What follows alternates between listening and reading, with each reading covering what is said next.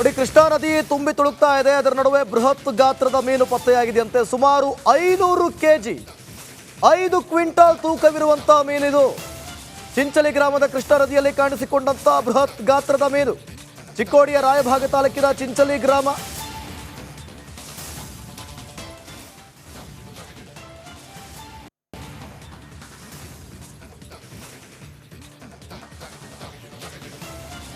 ನೋಡಿ, ದೃಶ್ಯದಲ್ಲೂ ಕೂಡ ಗಮನಿಸ್ತಾ ಇದ್ದೀರಾ, ಬೃಹತ್ ಗಾತ್ರದ ಮೀನದು. ಸುಮಾರು 500 ಕೆಜಿ ಇರುವಂಥ ಮೀನು ಪತ್ತೆಯಾಗಿದೆ ನದಿಯಲ್ಲಿ. ಇಷ್ಟು ದೊಡ್ಡ ಮೀನು ಕ್ಯಾಮರಾ ಕಣ್ಣಿಗೆ ಸೆರೆಯಾಗಿರೋದು. 500 ಕೆಜಿ ಅಂದರೆ ಸುಮಾರು 5 ಕ್ವಿಂಟಾಲ್ ಮೀನು ಕೃಷ್ಣಾ ನದಿಯಲ್ಲಿ, ಚಿಕ್ಕೋಡಿಯ ಕೃಷ್ಣಾ ನದಿಯಲ್ಲಿ ಪತ್ತೆಯಾಗಿರೋದು. ಮತ್ತಷ್ಟು ಮಾಹಿತಿಯನ್ನು ಕೊಡ್ತಾರೆ ಸಂಜು ಅರಬಾವಿ.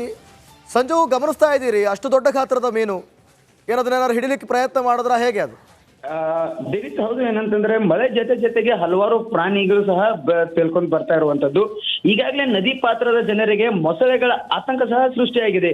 ಏನು ಘಟ್ಟ ಪ್ರದೇಶದಲ್ಲಿ ಸುರಿತಾ ಇದೆ ಮಳೆ ನೀರಿಗೆ, ಆ ನೀರಿನ ಜೊತೆಗೆ ಏನು ನದಿಗಳ ಮೊಸಳೆಗಳಾಗಿರ್ಬೋದು, ಮೀನುಗಳಾಗಿರ್ಬೋದು ಹರಿದು ಬರ್ತಾ ಇರುವಂತದ್ದು.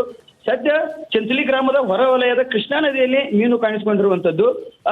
ಪ್ರಮುಖವಾಗಿ ಹೇಳ್ಬೇಕಂತಂದ್ರೆ ಈ ಭಾಗ ಸ್ವಲ್ಪ ಬಯಲು ಪ್ರದೇಶ ಆಗಿದ್ದರಿಂದ ಇಷ್ಟೊಂದು ದೊಡ್ಡ ಮೀನು, ಬೃಹತ್ ಮೀನು ಕಾಣೋದೇ ಇಲ್ಲ. ಅಂತಂದ್ರೆ ಸಮುದ್ರಗಳಲ್ಲಿ ನಾರ್ಮಲ್ ಆಗಿ ಕಾಣ ಸಿಗುತ್ತೆ, ಆದರೆ ಈ ಭಾಗದಲ್ಲಿ ಕಾಣ ಸಿಗುವುದಿಲ್ಲ. ಈ ಭಾಗದ ಜನರು ಸಹ ಇದನ್ನ ನೋಡಿ ಒಂಥರ ಆಶ್ಚರ್ಯವನ್ನ ವ್ಯಕ್ತಪಡಿಸ್ತಾ ಇರುವಂತದ್ದು.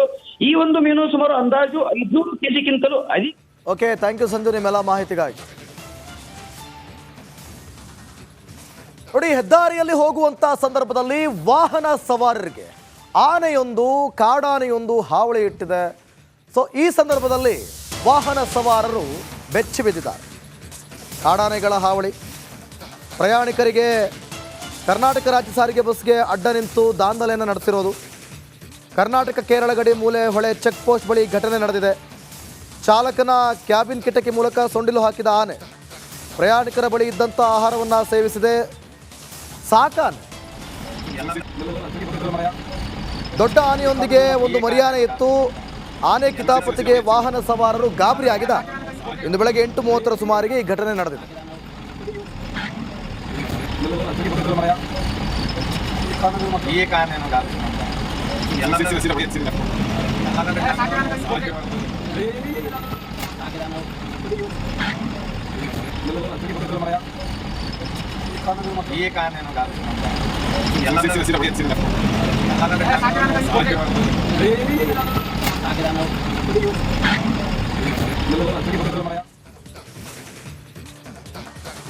ನೋಡಿ, ಮಳೆಯ ಮಧ್ಯೆಯೂ ಕೂಡ ಕಾಡಾನೆಗಳ ಕಾಟ ಒಂದಷ್ಟು ಗ್ರಾಮಸ್ಥರಿಗೆ, ಅಂದರೆ ಕಾಡಂಚಿನ ಗ್ರಾಮದವರಿಗೆ ಯಾವಾಗಲೂ ಕೂಡ ಇದು ಸಮಸ್ಯೆ ಆಗ್ತಾ ಇದೆ. ಮೊದಲೇ ಮಳೆ ಬರ್ತಾ ಇದೆ, ಅಂಥದ್ರಲ್ಲಿ ಕಾಡು ಪ್ರಾಣಿಗಳ ಕಾಟ. ಈ ಕಡೆ 18 ಕಾಡಾನೆಗಳ ಹಿಂಡಿನಿಂದ ಜನರು ಕಂಗಾಲಾಗಿ ಹೋಗಿದ್ದಾರೆ. ಮೂಡಿಗೆರೆ ತಾಲೂಕಿನಲ್ಲಿ ಕಾಡಾನೆಗಳ ಹಾವಳಿ ಶುರುವಾಗಿದೆ. ಗಬ್ಬಳ್ಳಿ, ಕಾರ್ಬೈಲು ಗ್ರಾಮಗಳ ಸುತ್ತಮುತ್ತ 18 ಕಾಡಾನೆಗಳ ಹಿಂಡು ಕಾಣಿಸ್ಕೊಂಡಿರೋದು. ಜೊತೆಗೆ ಕಾಫಿ ತೋಟಗಳು ಕೂಡ ಕಾಡಾನೆಯಿಂದ ನಾಶವಾಗ್ತಾ ಇವೆ. ಮಳೆ ಮಧ್ಯೆ ಮಲೆನಾಡಿನಲ್ಲಿ ಕಾಡಾನೆಗಳ ಕಾಟ. 18 ಕಾಡಾನೆಗಳ ಹಿಂಡಿನಿಂದ ಜನರು ಕಂಗಾಲಾಗೋಗಿದ್ದಾರೆ. ದೃಶ್ಯದಲ್ಲೂ ಕೂಡ ಗಮನಿಸ್ತಾ ಇದ್ದೀರಿ. ಚಿಕ್ಕಮಗಳೂರು ಜಿಲ್ಲೆ ಮೂಡಿಗೆರೆ ತಾಲೂಕು ಗಬ್ಬಳ್ಳಿ ಜೊತೆಗೆ ಕಾರ್ಬೈಲು ಅನ್ನುವಂಥ ಗ್ರಾಮದಲ್ಲಿ ಕಾಫಿ ತೋಟಕ್ಕೆ ಆನೆಗಳು ನುಗ್ಗಿ ಕಾಫಿ ತೋಟವನ್ನು ನಾಶ ಮಾಡಿ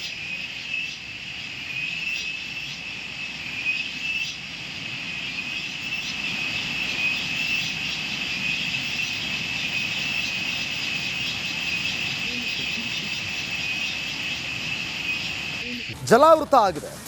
ಕಡೋಲಿ ಗ್ರಾಮದ ಹೊರವಲಯದಲ್ಲಿ ಈ ಘಟನೆ ನಡೆದಿದೆ. ಕೆರೆ ಒಡೆದು 100 ಎಕರೆ ಜಮೀನಿಗೆ ನೀರು ನುಗ್ಗಿದೆ. ರೈತರು ಬೆಳೆದಿದ್ದ ಭತ್ತ ಸಂಪೂರ್ಣ ನೀರು ಪಾಲಾಗಿದೆ. ನೋಡಿ, ನಮ್ಮ ರೈತರ ಕಷ್ಟ ಹೇಗೆ ಅಂತಂದರೆ, ಮಳೆ ಬರಲಿಲ್ಲ ಅಂತಂದರೆ ಬರಗಾಲ, ಎಲ್ಲವೂ ಒಣಗಿ ಹೋಗುತ್ತೆ. ಬಂದರೆ ಪ್ರವಾಹ, ಎಲ್ಲವೂ ಜಲಾವೃತ ಆಗೋಗುತ್ತೆ. ಕಡೋಲಿ ಗ್ರಾಮದ ಹೊರವಲಯದಲ್ಲಿ ಈ ಘಟನೆ ನಡೆದಿದೆ. ಬೆಳಗಾವಿಯಲ್ಲಿ ನಡೆದಿರುವಂತಹ ಘಟನೆ ಇದು. 100 ಎಕರೆ ಪ್ರದೇಶದ ಜಮೀನು ಜಲಾವೃತ ಆಗಿದೆ ಅಂತಂದರೆ, ಅದು ಕೂಡ ಕೆರೆ ಕೋಡಿ ಕಟ್ಟೆ ಒಡೆದು ಈ ರೀತಿಯಾದಂಥ ಪರಿಸ್ಥಿತಿ ನಿರ್ಮಾಣ ಆಗಿರೋ ದೃಶ್ಯಗಳನ್ನು ಕೂಡ ನೋಡೋಣ. ನೋಡಿ, ಗಮನಿಸ್ತಾ ಇದ್ದೀರಾ, ಕೆರೆ ಒಡೆದು ನೀರು ನುಗ್ಗಿದಂಥ ಫೋರ್ಸ್ ಯಾವ ರೀತಿ ಇದೆ ಅಂಥೇಳಿ. ಸಂಪೂರ್ಣ ರೈತರು ಬೆಳೆದಂಥ ಬೆಳೆ ಜಲಾವೃತಗೊಂಡಿದೆ. ಇದೇ ರೀತಿಯಾದಂಥ ಪರಿಸ್ಥಿತಿ, ಕಷ್ಟಗಳನ್ನು ರೈತರು ಫೇಸ್ ಮಾಡಬೇಕಾಗುತ್ತೆ.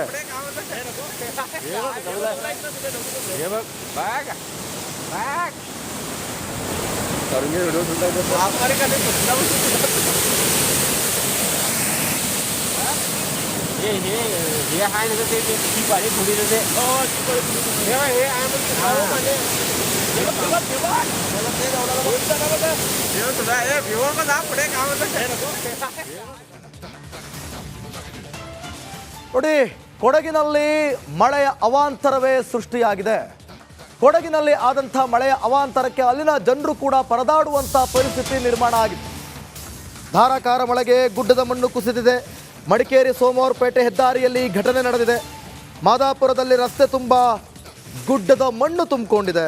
ಸ್ಥಳೀಯರಿಗೆ ಸಂಪೂರ್ಣ ಗುಡ್ಡ ಕುಸಿಯೋ ಆತಂಕ ಶುರುವಾಗಿದೆ. ಈಗ ಈ ರೀತಿಯಾದಂಥ ಪರಿಸ್ಥಿತಿ ಮಾದಾಪುರದಲ್ಲಿ ರಸ್ತೆ ತುಂಬ ಗುಡ್ಡದ ಮಣ್ಣು ತುಂಬಿಕೊಂಡ್ರಿಂದ ಯಾವಾಗ ಬೇಕಾದರೂ ಆ ಗುಡ್ಡ ಕುಸಿಯಬಹುದು ಅನ್ನುವಂಥ ಭಯ ಇದೆ.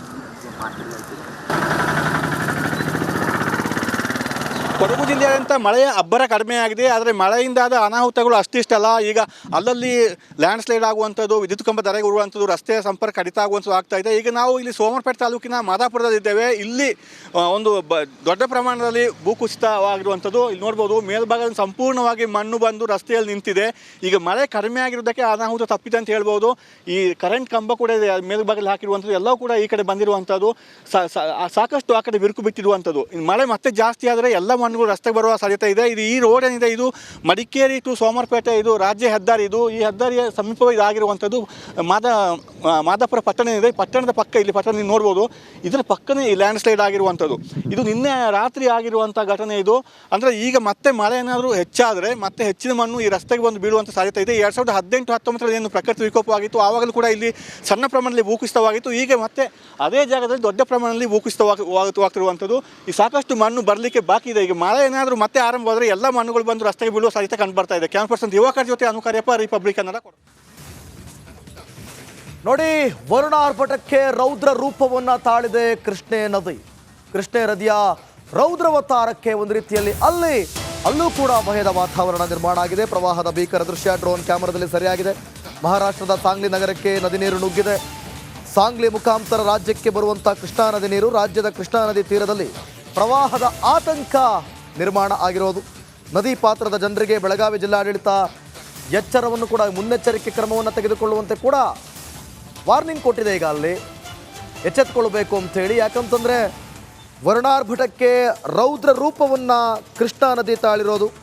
ಸೊ ಈ ಒಂದು ಪ್ರವಾಹದ ಭೀಕರ ದೃಶ್ಯ ಡ್ರೋನ್ ಕ್ಯಾಮರಾದಲ್ಲಿ ಸರಿಯಾಗಿದೆ.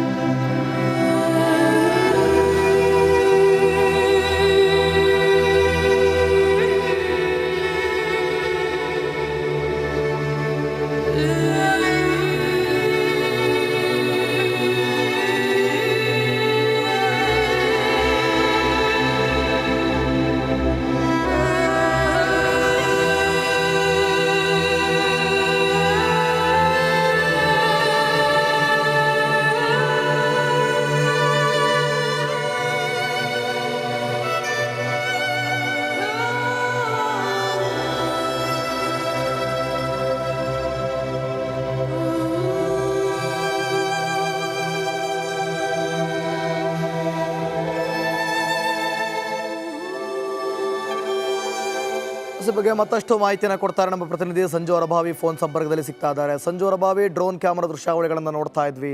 ಸದ್ಯಕ್ಕೆ ಎಲ್ಲವೂ ಕೂಡ ಆತಂಕದ ಪರಿಸ್ಥಿತಿ. ಹೇಗಿದೆ ಅಲ್ಲಿನ ಜನರ ಸ್ಥಿತಿ? ಹೌದು ದಿವಿತ್, ಏನಂತಂದ್ರೆ ಬೆಳಗಾವಿ ಹಾಗೂ ಪಶ್ಚಿಮ ಘಟ್ಟಗಳಲ್ಲಿ ಏನ್ ಸುರಿತಾ ಇದೆ ಮಳೆ ಅಬ್ಬರ, ಇದರಿಂದಾಗಿ ಚಿಕ್ಕೋಡಿ ಉಪಯೋಗದಲ್ಲಿ ಹಲವಾರು ಅವಾಂತರಗಳನ್ನ ಸಹ ಸೃಷ್ಟಿರುವಂತದ್ದು. ಸದ್ಯ ಏನು ಮಹಾರಾಷ್ಟ್ರದಿಂದ ಅದು ಕೃಷ್ಣಾ ನದಿಗೆ ಸುಮಾರು 2,80,000 ಕ್ಯೂಸೆಕ್ಸ್ ನೀರಿನ ಒಳಹರಿವು ಸಹ ಬರ್ತಾ ಇದೆ. ಮುಂದೆ ಆಲ್ಮಟ್ಟಿ ಡ್ಯಾಮ್ನಿಂದಲೂ ಸಹ ಸುಮಾರು 3 ಲಕ್ಷಕ್ಕೂ ಅಧಿಕ ಏನು ಕ್ಯೂಸೆಕ್ಸ್ ನೀರನ್ನ ಹೊರ ಬಿಡ್ತಾ ಇದ್ರು ಸಹ ಇನ್ನೂ ಪ್ರವಾಹದ ಪರಿಸ್ಥಿತಿ ಏನು ಇದಕ್ಕೆ ಬರ್ತಾ ಇಲ್ಲ. ಸೊ ಹೀಗಾಗಿ ಸಾಂಗ್ಲಿ ಆಗಿರ್ಬೋದು ಅಥವಾ ಮಿರಜ್ ಆಗಿರ್ಬೋದು, ಕೊಲ್ಹಾಪುರ ಆಗಿರ್ಬೋದು, ಸಂಪೂರ್ಣ ಸಿಟಿ ಸಂಪೂರ್ಣವಾಗಿ ನೀರಿನಲ್ಲೇ ಮುಳುಗಡೆ ಆಗಿರುವಂತದ್ದು. ಅಂತೆ ಏನು ಪಟ್ಟಣಗಳನ್ನೇ ಸೇತುವೆಗಳ ನದಿಗಳ ತರ ಕಾಣ್ತಾ ಇರುವಂತದ್ದು. ಕ್ಷಣ ಕ್ಷಣಕ್ಕೂ ಕೃಷ್ಣೆಯ ನೀರು ದಿನದಿಂದ ದಿನಕ್ಕೆ ಹೆಚ್ಚಾಗ್ತಾನೆ ಇದೆ. ಈ ಭಾಗದಲ್ಲಿ ಸ್ವಲ್ಪ 2 ದಿನಗಳ ಮಟ್ಟಿಗೆ ಮಳೆಗೆ ಒಂದು ಬಿಡುವು ಕೊಟ್ಟಿರುವಂತದ್ದು. ಆದರೆ ಮಹಾರಾಷ್ಟ್ರದ ಪಶ್ಚಿಮ ಘಟ್ಟ ಇರ್ಬೋದು, ಕೊಂಕಣ ಭಾಗ ಇರ್ಬೋದು, ಅಲ್ಲಿ ಬಿಟ್ಟು ಬಿಡದೆ ಮಳೆ ಸುರಿತಾ ಇದೆ. ಹೀಗಾಗಿ ಪ್ರವಾಹದ ಭೀಕರತೆಯನ್ನ ಡ್ರೋನ್ ಕ್ಯಾಮೆರಾಗಳಲ್ಲಿ ಬಿಚ್ಚಿಡ್ತಾ ಇರುವಂತದ್ದು. ಕೃಷ್ಣಾ ನದಿ ರೌದ್ರಾವರ್ತಕ್ಕೆ ಮಹಾರಾಷ್ಟ್ರದ ಸಾಂಗ್ಲಿ ನಗರಕ್ಕೆ ಸಂಪೂರ್ಣವಾಗಿ ನೀರು ನುಗ್ಗಿ ಹಲವಾರು ಅವಾಂತರಗಳನ್ನ ಸೃಷ್ಟಿ ಮಾಡಿರುವಂತದ್ದು. ಈಗಾಗಲೇ ಸೇನಾ ತುಕಡಿ ಸಹ ಅಲ್ಲಿ ಬಂದು ಯಾವುದೇ ರೀತಿಯಾದಂತಹ ಮುನ್ನೆಚ್ಚರಿಕೆ ಕ್ರಮಗಳನ್ನು ಸಹ ತೆಗೆದುಕೊಳ್ತಾ ಇರುವಂತದ್ದು. ದಿವಿತ್. ಓಕೆ ಸಂಜು, ಹಾಗೆ ಸಂಪರ್ಕದಲ್ಲಿರಿ, ನಾನು ಮತ್ತೆ ಸಂಪರ್ಕ ಮಾಡ್ತೀನಿ.